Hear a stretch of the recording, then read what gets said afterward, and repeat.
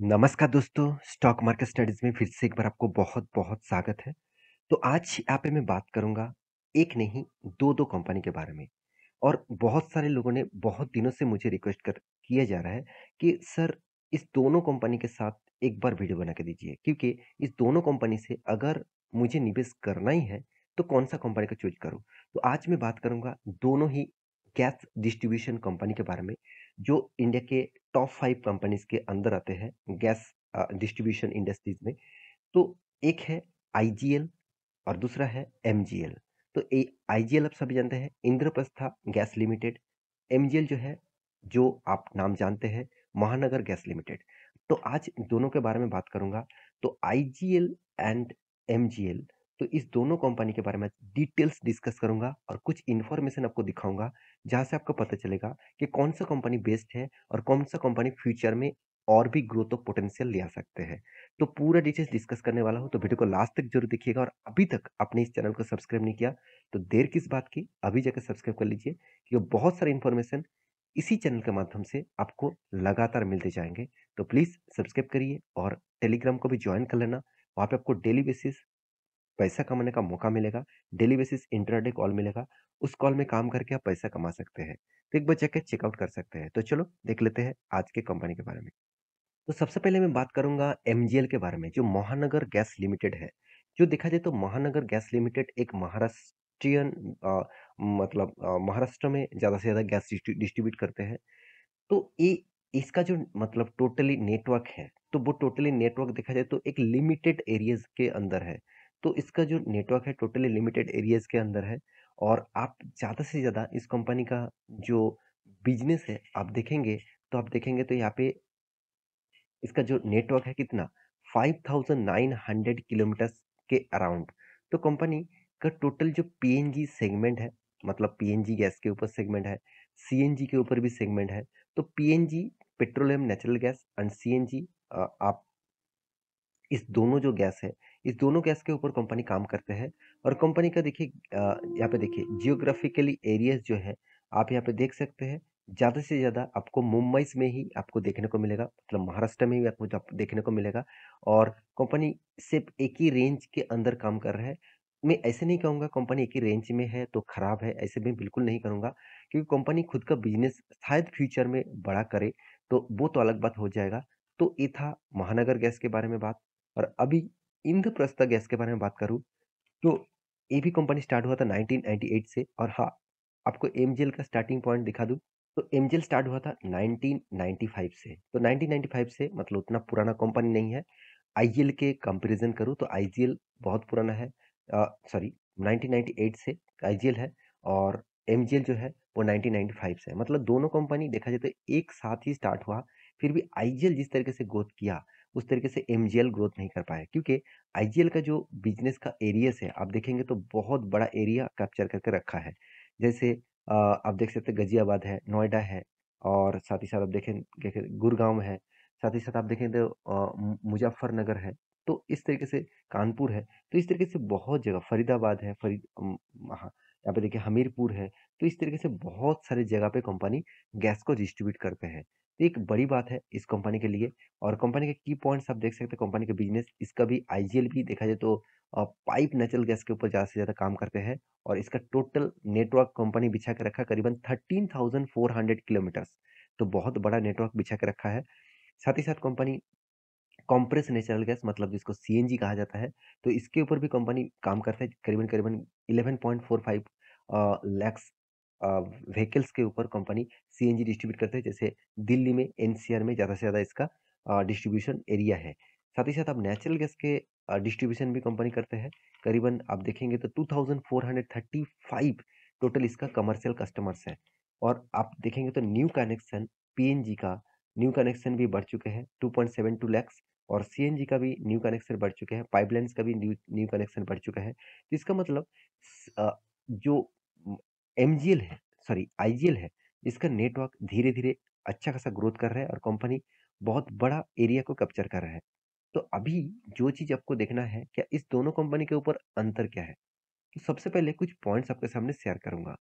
जो पॉइंट्स है बहुत इंपॉर्टेंस है।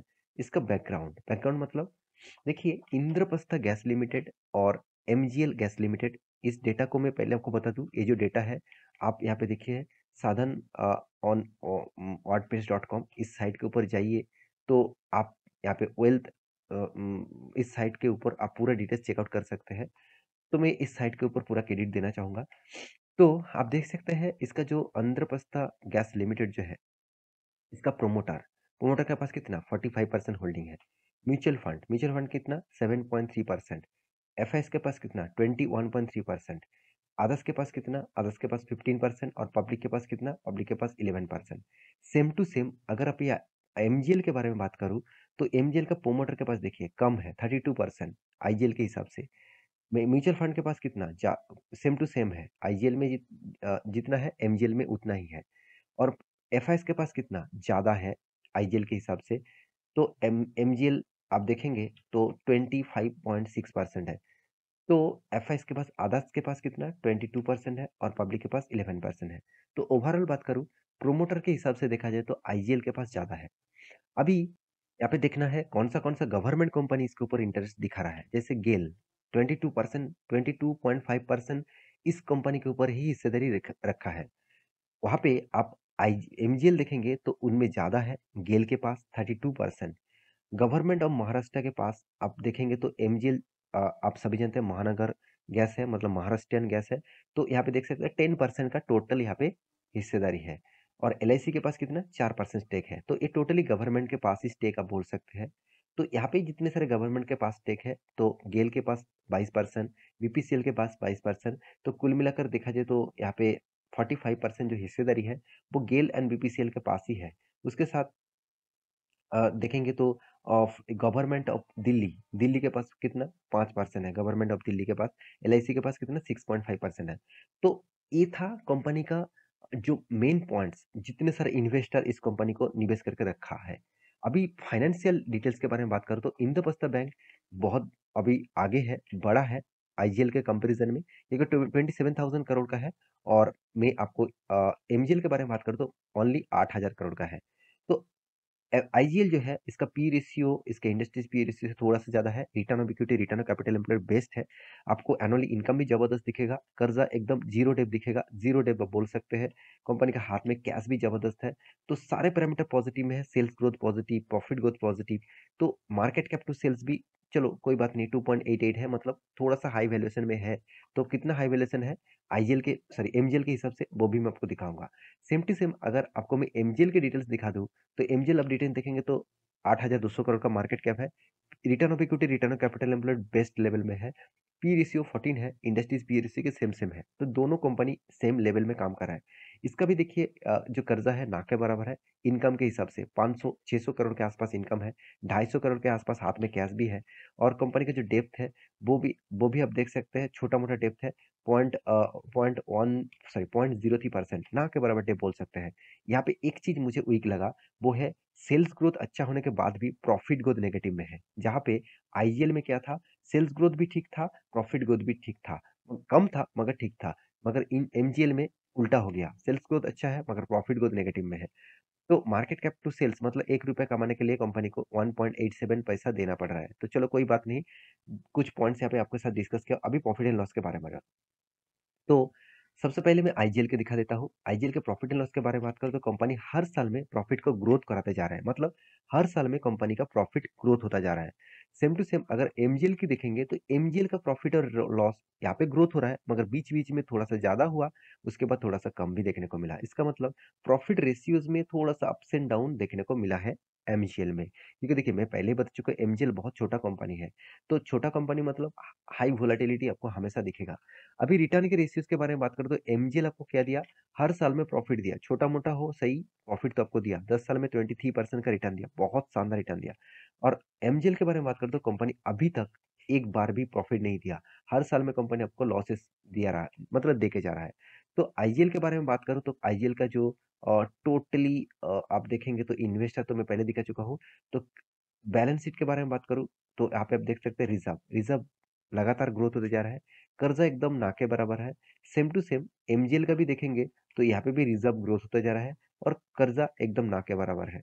तो दोनों पॉइंट्स कंपनी के पॉइंट आपके सामने डिस्कस कर चुका हूँ। अभी दोनों के चार्ट पैटर्न आपको दिखाऊँगा। सबसे पहले मैं एमजेल का दिखाऊँगा। तो देखिए एमजेल जब से स्टार्ट हुआ था, कम एमजेल कब स्टार्ट हुआ था? आप देखेंगे, सॉरी, तो एमजेल जब स्टार्ट हुआ था करीबन-करीबन 2016-15 के आसपास। तो तब से लेकर कंपनी देखिए एक ही रेंज बाउंड के अंदर ही काम कर रहा है, एक ही रेंज बाउंड। यहाँ पे मैं लाइन इसीलिए ड्रैग करके रखा हूँ क्योंकि आपको मैं रेंज दिखा सकूँ। तो एक ही रेंज के अंदर काम कर रहे हैं। यहाँ पे एक रेजिस्टेंस, यहाँ पे 1 बार, 2 बार, 3 बार, 4 बार रेजिस्टेंस ले चुके हैं।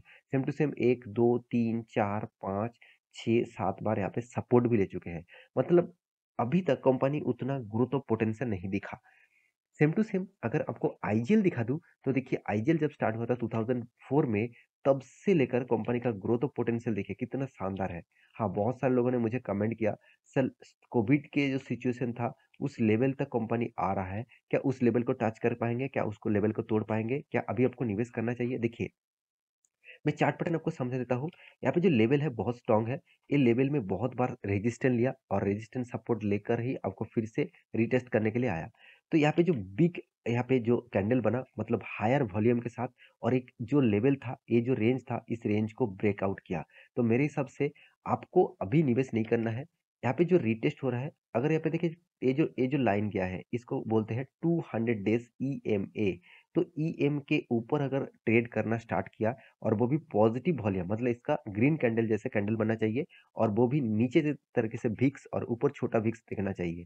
क्योंकि देखिए यहाँ पे जो विक्स बन रहा है आप देखेंगे तो आपको दिखेगा, तो विक्स किस तरीके से बन रहा है आप देखेंगे, देखिए ऊपर की तरफ विक्स बन रहा है, इसका मतलब अभी भी सेलर इसके ऊपर प्रेशर क्रिएट कर रहा है।